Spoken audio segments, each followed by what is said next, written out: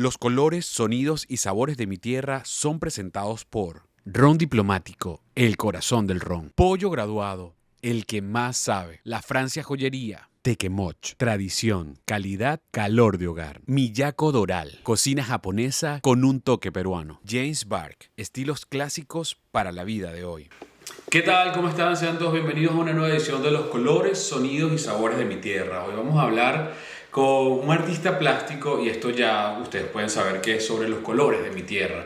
Esos colores que nos identifican, esos colores que simplemente al verlos nos recuerdan paisajes, nos recuerdan momentos, nos recuerdan vivencias en nuestro país. Y para eso tengo un invitado muy especial, Juan Luis Landaeta, un caraqueño que, bueno, actualmente no está en Caracas, pero que su trabajo definitivamente nos va dejando muy en alto. ¿Qué tal, Juan Luis? ¿Cómo estás? Bienvenido. Hola Franklin, muchísimas gracias por la invitación. Un gusto estar contigo en tu espacio.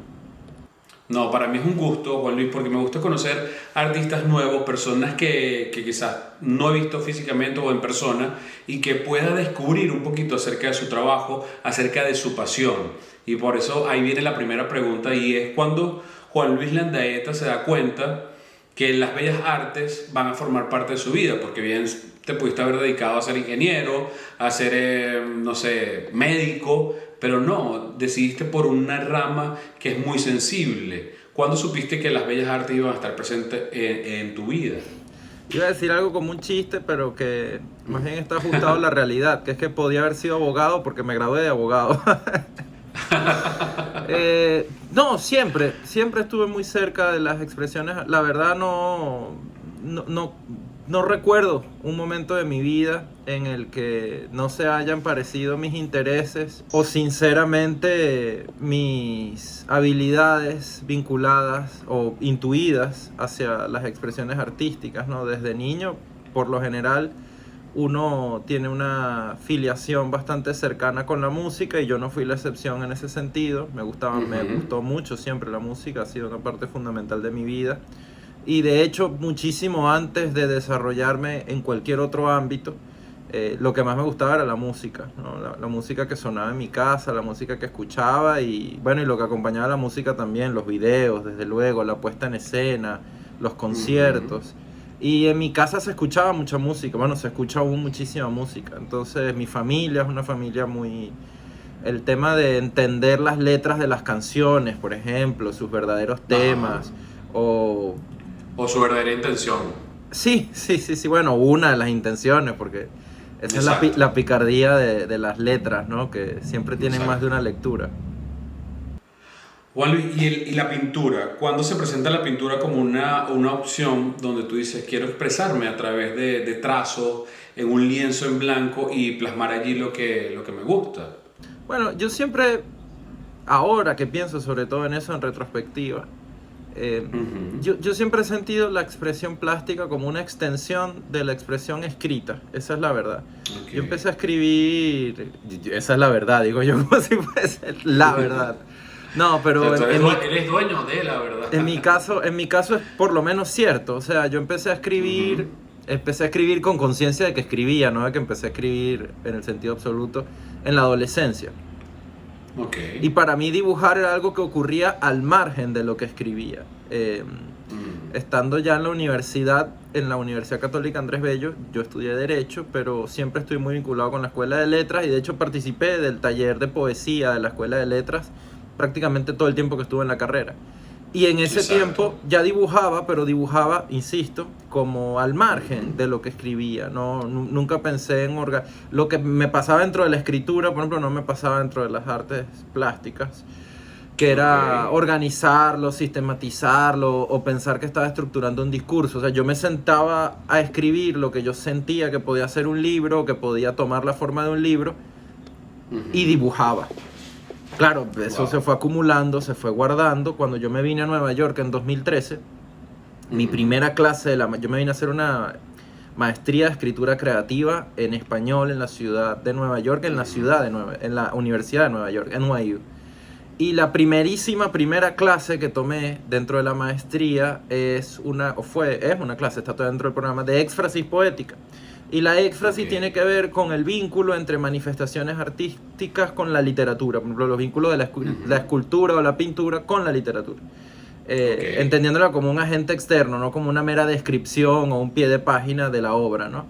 Y creo que lo poco que tenía que resolver internamente con el tema de qué era una disciplina y qué era la otra disciplina se resolvió con una simbiosis y con una particularísima unión de esas dos manifestaciones, porque lo primero que me acerca a la manifestación plástica es la caligrafía, por la escritura Ajá. precisamente. Yo escribo a mano, por Exacto. ejemplo. Mm. Y hasta por los medios materiales, es decir, hasta por la necesidad de pintar con lo que escribía y de escribir con lo que pintaba, me fui acercando cada vez más a ciertos ejercicios geométricos, experimentaciones con tinta. Mira, cuando yo llegué a Nueva York, descubrí a un autor francés que fue un gran escritor y fue un gran artista plástico, que fue Henri Michaud, por ejemplo. Michaud Ajá. es un artista fundamental, me ayudó mucho. No, es una perspectiva de un cambio radical. Tampoco es que descubrí Mm. algo gracias a él. Pero me dio mucha seguridad de entender que no me tenía que preocupar por conceptualizar hasta qué momento era un escritor o hasta qué momento era un artista plástico o cómo esas manifestaciones se podían confundir. Y a mí el tema de la confusión me encanta, ¿no? Que una cosa sea también otra o que se pueda entender como otra. Sí, o se Em, pueden fusionar, porque no necesariamente se tienen que confundir, sino que se tienen que fusionar y se transforman en uno, ¿no? Bueno, y que la vida no tiene esas parcelas. O sea, tú Exacto. mismo como individuo eres muchas personas el mismo día y experimentas muchísimas cosas entre el mismo día como para tener que Claro. cercenar tus inquietudes y tus curiosidades. Incluso por una necesidad racional que es la de explicar las cosas, como si la mayoría de las cosas en el Exacto. mundo se pudiesen explicar. O nos dejara más Y tranquilos no. explicarlas. Exacto. Exacto. Y cuéntame cuándo, o sea, porque tienes también libros. O sea, qué te atrae más? ¿Escribir o pintar? Porque son dos expresiones totalmente distintas. Yo considero que también el escribir, depende de lo que escribas, es un arte también. O sea, conseguir hacer como que un hilo conductor entre las palabras para poder expresar una idea, para poder mover un sentimiento. Yo lo digo porque yo leo y cuando tú lees, tú puedes viajar. Dependiendo del libro que estés leyendo, si puedes leer una novela y meterte y sentir el dolor crudo de uno de los personajes de la novela, o puedes leer una noticia y sentir el dolor, que por lo menos lo que está pasando actualmente en el mundo. Tú ves una noticia y sientes crueldad en lo que está pasando, bien sea de la parte que sea, está pasando algo cruel, que es la guerra, ¿no? Pero, y el arte, o sea, también la pintura, también es algo que transmite mucha emoción. ¿Por cuál te inclinas más? ¿Por la escritura o por la pintura? No, es una pregunta muy tramposa porque la verdad es que no. Si tuviese que No hay pensar en uno. algo, si tuviese que pensar en algo, pensaría en todo al mismo tiempo. O sea, eso es lo que no puedo dejar de hacer. Precisamente es lo Exacto. opuesto a lo que está sugiriendo. No Exacto. podría desmembrar una manifestación de la otra porque además suelen ocurrir en paralelo. O sea, suelo hacer esas cosas al mismo tiempo. Los textos en los que estoy Exacto. escribiendo, tengan la naturaleza que tengan, si es una crónica, si es un perfil, si es un libro de poemas o lo que fuera, generalmente estoy leyendo y estoy escuchando cosas que también terminan en otro lado y así, ¿no? Se comunican, se alimentan y se necesitan, diría. Sin duda se necesitan. Claro, ¿dónde has expuesto tus obras? ¿Dónde has estado expuesta que la gente pueda decir, bueno, mira, esta es la obra de un venezolano y cuál es el sentimiento que has logrado percibir en las personas que pueden ver tus obras? Bueno, las obras se han expuesto al público, al menos, 3 veces. La primera, acá en Nueva York, en el 2017. La segunda, en Washington, D.C., dentro de unos días. Pasado mañana se cumplen 2 años de ese show. Ok. Tres. Se llamó la Identidad de la Línea, fue en el Banco Interamericano de Desarrollo. Ellos abrieron una convocatoria para artistas de países miembros del banco, que son prácticamente todos los de América. Apliqué, envié en el 2018, en otoño de 2018, hice una propuesta con lo que había trabajado hasta ese momento, en papel, en acrílico. algo en lienzo. Y me fui a Europa unos meses y cuando regresé, me olvidé. Y cuando regresé, curiosamente, me dijeron pues que mi propuesta había ganado y que había sido aceptada y que expondría en la galería del Staff Gallery del banco, ¿no? Bueno, Wow. fue genial y no presenté nada de lo que había dicho que iba a presentar, presenté otra cosa. También eso fue muy bueno porque hice el énfasis de que mi propuesta era en papel porque era en papel. Y todo lo que expuse eran telas, eran lienzos, ¿no? De una serie Wow. que terminé llamando Milán, porque me gustaba el nombre y porque estaba en Milán en una época en la que estaba investigando muchas cosas que terminaron entrando en esa serie. Yo trabajo por series, seriados, por decirlo de alguna forma, Ajá. y por eso no titulo las obras, sino titulo las series, porque entro en exploraciones más o menos Exacto. cíclicas, ¿no? Ok. Y ese mismo año, en diciembre, hice otra exposición en Washington, D.C., esta vez en una galería privada, Mehari Sequard Gallery. Se llamó Unwritten la exposición. Y fue la última exposición antes de la pandemia. Y bueno, desde entonces también un poco con todos los avatares humanos y sanitarios de rigor. No hemos hecho otra exposición, pero probablemente este año volvamos a hacer otra, ¿no? Hay Exacto. propuestas en distintas ciudades. Analizando un poquito o viendo tu obra, lo que has logrado colocar en Instagram, en las redes sociales, yo veo muchos colores, tierra. Cuando vas a hacer tu obra, ¿en qué te inspiras o cuál es la referencia que tienes para plasmar lo que nosotros podemos ver? Bueno, no tengo, o sea, a lo que te refieres, la paleta es casi un gusto, ¿no? Es bastante intuitivo, con los colores que necesitas trabajar, no son los colores con los que crees que necesitas trabajar. Y es interesante porque la paleta es la palabra de la pintura, ¿no? Cuando uno escribe, la necesidad de otorgar un sentido o de procurar un sentido obliga a buscar determinados valores, determinados significados, las palabras, sinónimos, etcétera. Ese roce y ese contraste es el que va a proveer al discurso de cierta riqueza, ¿no? Ajá. En la obra visual o en la obra plástica, el lenguaje tiene que ver con la materialidad. Y desde ese punto de vista, la materialidad tiene que ver con las dimensiones de la obra, con los recursos que se emplean en ella, con los márgenes, con el soporte, con la naturaleza de los materiales. Por ejemplo, en pandemia, una particularidad que no estaba evidentemente planificada fue que tuve que trabajar como un montón de gente con lo que tenía en la casa, ¿no? Y esa transformación de los materiales a mí me parece muy seductora. Es decir, en qué momento un papel que tienes encima del escritorio deja de ser material de oficina, como sea que eso se diga, a pasar de ser ahora un papel noble porque va a estar en una obra, ¿no? O va a estar dentro de un lienzo, va a estar inscrito dentro de un discurso artístico. O va a ser el lienzo donde se va a plasmar la obra. Exacto. Sí, claro, pero es lo mismo. Es como usar un resaltador que tú utilizas para tus cuentas o para una cosa, sí. no sé, para resaltar los cargos de la tarjeta de crédito y después ese mismo resaltador lo uses para dibujar, ¿no? Exacto, tal cual. Bueno, el uso que le deja el elemento. Claro, y esa transformación es casi alquimia, ¿no? Es como transformar cosas en oro y viceversa. Que también es la transformación de uno se come las cosas y eso genera calorías y la energía te permite que el cerebro funcione. Es igual, es una transformación natural. De manera que las obras, esa paleta final que puedan tener obedece a gustos intuitivos, a cosas que te gusta ver, a cosas que te gusta procurar y un poco, sin duda, también a algo de azar, ¿no? De la disponibilidad, de los daños. Cuando hablo de los daños quiero decir cierta suciedad que se puede procurar también. Sí, que a veces puede ser o es intencional, ¿no? Cuando estás haciendo la obra, ¿no? Sí, en mi caso es un poco bastante intencional. Por ejemplo, cuando trabajo telas, generalmente me encanta el sepia de la tela, ¿no? Del lienzo, el lienzo crudo. Y muchas de las obras están hechas con lo que se utiliza para preparar el lienzo, ¿no? Que es yeso.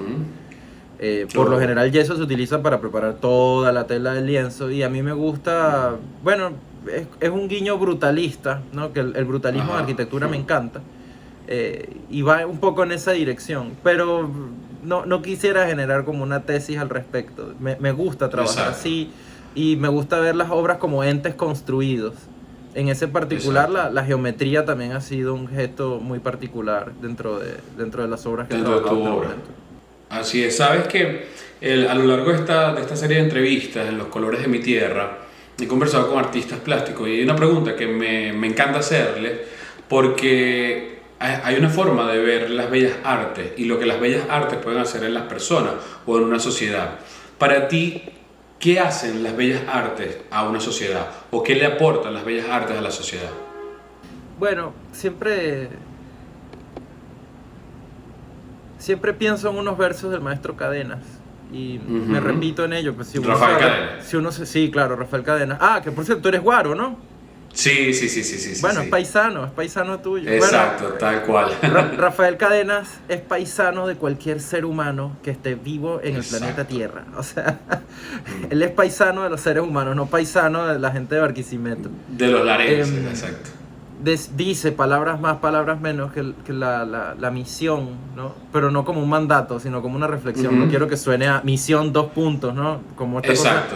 de empresas Ajá. así, visión y misión de la Sí, empresa, de la exacto. corporación. No, Los no, no. objetivos. Es ser contraste. Él lo Mm. decía con respecto a la poesía o con respecto al poeta. Y yo no solamente no es que opine igual, es que lo firmo completamente, ¿no? Ujú. Lo que yo espero, que igual no importa mucho lo que yo espere, pero lo que me parece que es interesante de toda el arte, de la música, de Ujú. la literatura, del cine, es que opere como un contraste, como un dispositivo de contraste, como un dispositivo que revele ni siquiera una novedad, sino otra realidad, ¿no? Otra realidad posible, no que se imponga. La Tal política cual. impone, ¿no? La política manda y dice, es esto y no es esto. Ujú. El arte no, el arte persiste en ti. Y Exacto. como acabo de citar con Cadenas, un verso, una imagen, un cuadro dentro de una película, eh, una frase de una sinfonía, se queda contigo, vence el tiempo.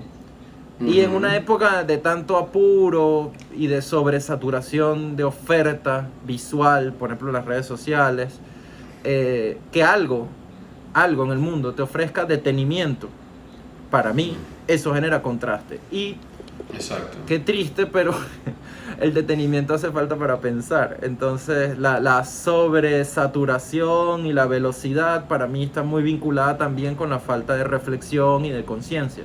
Es decir, el arte genera Exacto. una pequeña pausa en ese frenesí que dure lo que tenga que durar, porque además, si tú en este momento piensas en algunos de los mejores momentos de tu vida, cronológicamente no los puedes estimar, no puedes decir, tal cita que tuve duró 10 minutos, 14 segundos, etcétera, ¿no? Es algo eterno, es una impresión perenne, Exacto. prácticamente, te va a acompañar para siempre. Lo mismo pasa con las cosas que nos sacuden dentro del arte, que nos cuestionan, o que generan contrastes, una vez más. Así es, sí, porque soy fiel creyente y lo he escuchado ya en varios entrevistados que las bellas artes pueden salvar a una sociedad. Y salvar a una sociedad es revelando eso que tú dices, el contraste que puede haber. Porque creo que el arte te mueve una fibra y te puede hacer, o sea, parar lo que tú dices. Y no lo había visto así, es necesario parar y darte cuenta, y no parar y para quedarte estancado, sino para parar y reflexionar con lo que estás haciendo, lo que se está viviendo o lo que está pasando alrededor para tener una visión más clara de todo lo que está pasando, ¿no? Bueno, creo que es muy importante que ocurra la identificación. Ujú. Cuando algo te llama la atención, lo que quiera que sea, en la calle, cualquier ámbito que te pueda sorprender, cualquier manifestación que te pueda sorprender, Ujú. lo que te llama es que algo dentro de eso tú sientes que te corresponde, como individuo, Ok. como sujeto. Es como si operara un recuerdo en ti. Bueno, esa es una noción que está muy clara en el Fedón, en la inmortalidad del alma de Platón. Ujú. Que es que hay Ujú. cosas que tú sientes que ya las ves por primera vez y sientes que ya las viviste, que ya las viste, ¿no? No estoy hablando de un déjà vu. Estoy hablando como Ajá. cuando conoces a alguien y sientes que su existencia se corresponde con la tuya, ¿no? Exacto. Y de nuevo, eso no se puede medir en términos cronológicos.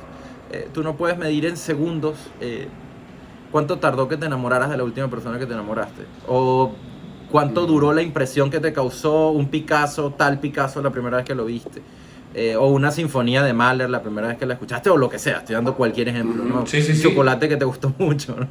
Y eso nos da a entender que la existencia no va de la mano con las nociones impuestas de horarios y mediciones muy puntuales de cómo opera la conciencia del individuo, ¿no? En ese sentido, pero lo que sí quiero decir es que el arte mueve tanto porque es una manifestación humana como lo que nos destruye también. O sea, quiero decir, tal cual. Yo sé que puede sanar y que puede hacer sentir muy bien a la gente, pero la ambición también es humana, es nuestra. Y la ambición puede mover a la gente a crear cosas fantásticas, también a crear bombas. La inteligencia es lo mismo, ¿no? Puede generar vacunas y puede dirigir pelotones militares más allá de una frontera. O sea, lo que quiero decir es que yo no lo sacralizo como que el arte es una energía positiva que lo transforma todo y nos va a arrollar. A ver, es muy bien, está muy bien, es fantástica, pero somos seres humanos, ¿no? Y también hacemos cosas horribles y también hacemos cosas grotescas y nos destruimos, nos canibalizamos, etcétera. Sabes que, Juan, hay algo muy particular que escuché en cierta oportunidad de un artista plástico y son las etapas que viven con respecto a los colores.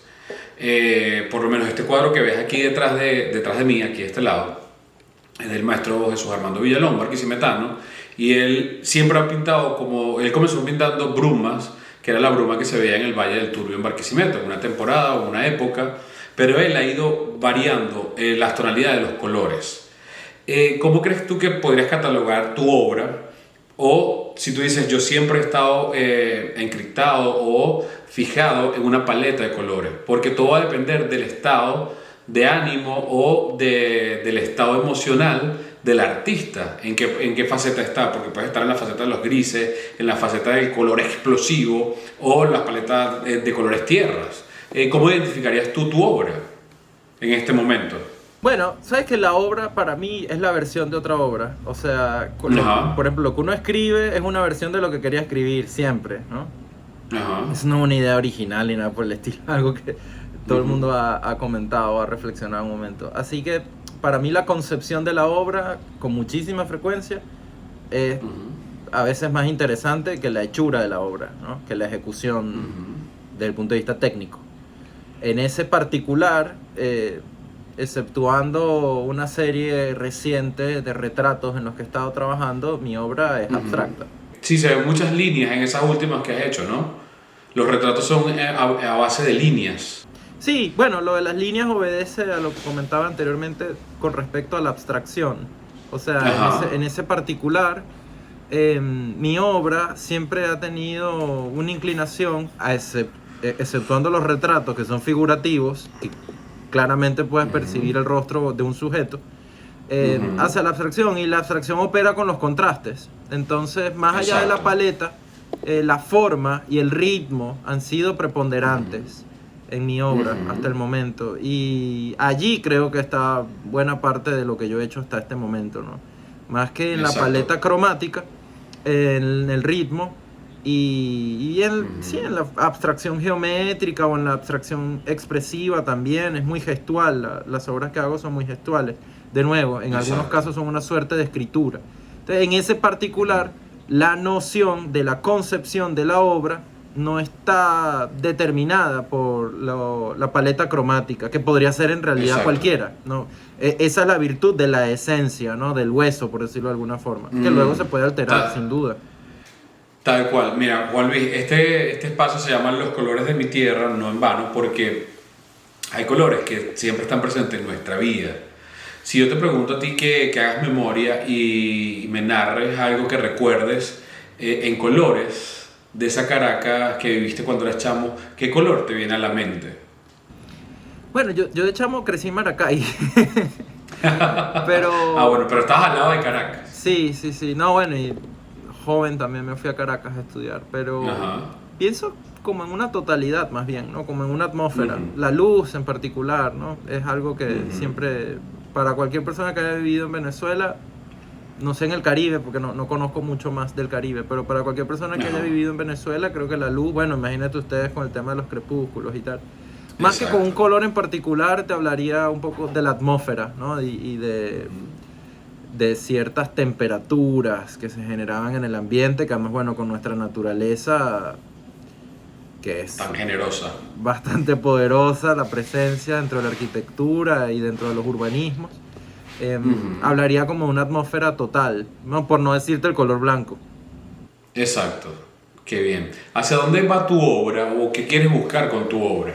Porque yo digo que las obras nos sensibilizan hacia lo bueno o hacia lo malo, pero nos sensibilizan. ¿Qué buscas tú con tu obra actualmente? Bueno, yo no podría decir si busco algo bueno o busco algo malo, pero mi obra acompaña mi existencia, sin duda. Y ¿a dónde va mi existencia? Es una pregunta prácticamente imposible de responder. Lo que sí sé es que lo que dudo, lo que amo, lo que temo y lo que sé va quedando en textos, va quedando Plasmado. en retratos, va quedando... Ese soy yo frente y dentro del mundo que estamos viviendo.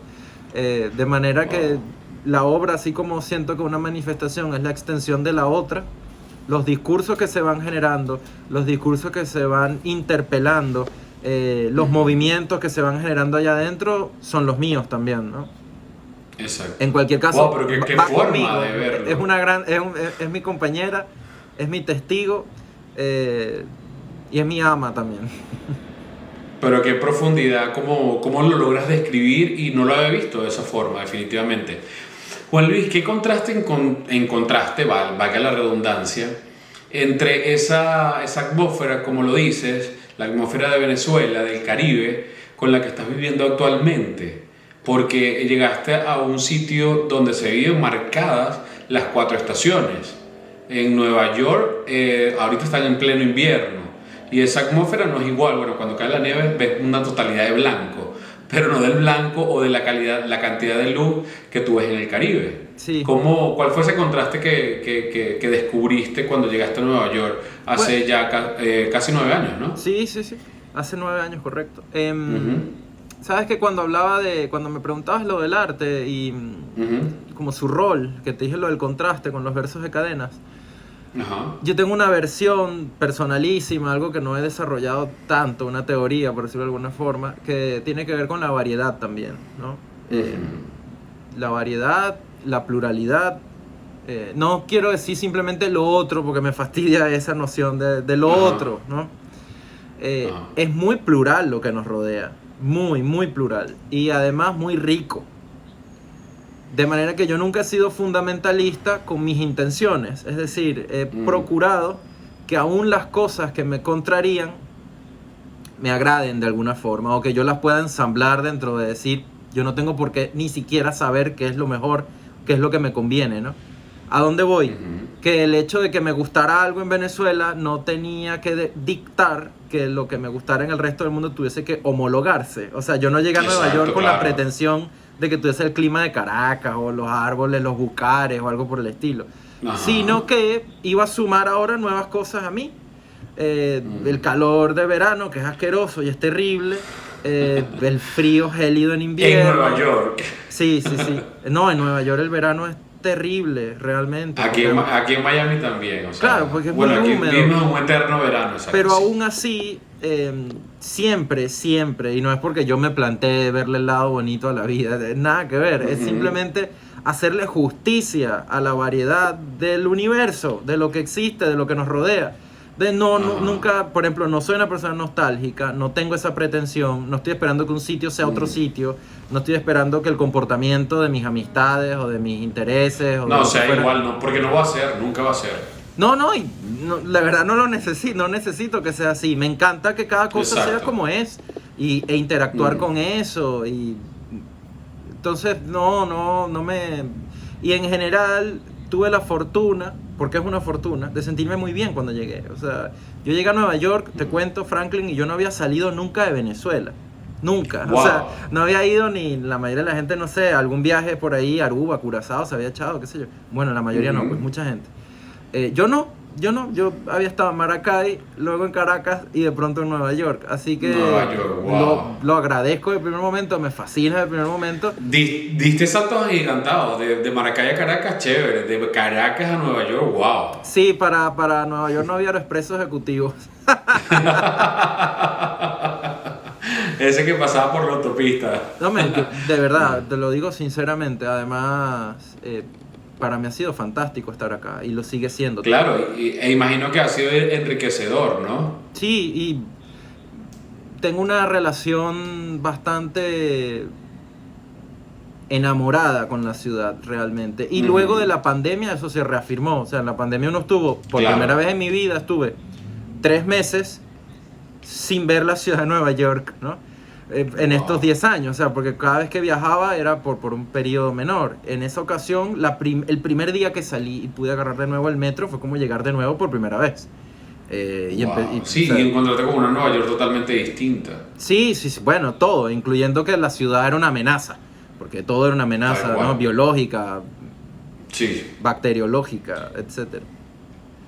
Pero lo que quiero decir es que con respecto a la naturaleza, el clima y toda esa escena, yo siento que todo lo que veo es como un regalo que me están dando. Y a veces uno no entiende lo que le están dando, ¿no? Por su contundencia, o a veces uno no está preparado también para eso. Con el arte pasa muchísimo, que la gente rebota ante una... La gente no, yo también, todo el mundo. Uno rebota ante algo porque de momento no tiene las herramientas para entenderlo, ¿no? Yo, por ejemplo, el año pasado, mencionabas las nevadas, y la luz que se genera, ese contraste blanco y negro tan potente, así sea de noche, me llevó a hacer una larga serie de fotos que todavía continúo de la ciudad en general. Esto en blanco y negro, y fue a raíz de una tormenta de nieve que además, curiosamente, era un escenario seguro porque no había nadie y se podía salir a mitad de la pandemia porque no estaba nadie en la calle, ¿no? Claro. Bueno, encontraste la ciudad vacía y me imagino que son unas fotografías espectaculares, ¿no? Bueno, a eso me refería con el tema de... Bueno, gracias. Y me refería al tema de la conversión, ¿no? De la materialidad, inclusive. Sí. En ese momento el silencio lo estás convirtiendo en una foto o en un texto. Exacto. Y lo estás capturando allí. Correcto. Porque se logra ver, cuando uno ve una fotografía, quien tiene alguna cercanía con cómo hacerla y todo esto... hay fotografías que tú ves y percibes movimiento en la fotografía, aun cuando es una fotografía. Percibes también la quietud o puedes percibir también el ruido y todo en una imagen, ¿no? Sí, las fotos en general son muy traidoras, fascinantemente traidoras, porque nunca son solo lo que uno ve, ni todo lo que uno ve. Exacto. Siempre hay más, siempre hay más. Uno mismo frente al espejo, uno cree que uno conoce su rostro, pero uno mismo frente al espejo cada vez descubre más cosas, ¿no? O ve algo distinto. Sí, bueno, y al pasar de los años empiezas a descubrir arrugas y todo ese tipo de cosas. Bueno, pero cuando eres chiquito descubres que te sale la barba, o sea, siempre hay algo, ¿no? No tiene que ver necesariamente con el deterioro, sino... Exacto. Así es, tal cual. ¿Dónde pueden las personas que te están conociendo a través de este video, de esta entrevista, conocer y descubrir un poquito más acerca de tu obra y ver hacia dónde va y hacia dónde va tu vida? Porque si tú dices que tu obra va, o tu vida va acompañada de la obra y la obra va acompañada y viceversa, pues ¿dónde te pueden ver la gente? ¿Dónde puede ver tu vida la gente? Claro, bueno, está la cuenta de Instagram, @landaetaartwork, dedicada enteramente a mi obra plástica. Está mi cuenta personal donde comparto, le llamo así personal para no estar también haciendo categoría de las cuentas, son solamente 2, @Juan Luis Landaeta, es mi cuenta personal, y comparto más fotografía, más cosas vinculadas con crónicas, con entrevistas, con los reportajes que hago. Y mi web www.juanluislandaeta.com. En Twitter estoy como @landaeta, solamente mi apellido. Exacto, y ahí la gente puede, en la página web la gente puede adquirir también las obras, ¿no? Sí, en todas estas se pueden comunicar directamente. En el perfil de Landaeta Artwork hay un equipo de personas pues que son parte de mi equipo de trabajo y bueno, que a quien esté interesado con todo gusto le pueden brindar los portafolios y toda la información necesaria.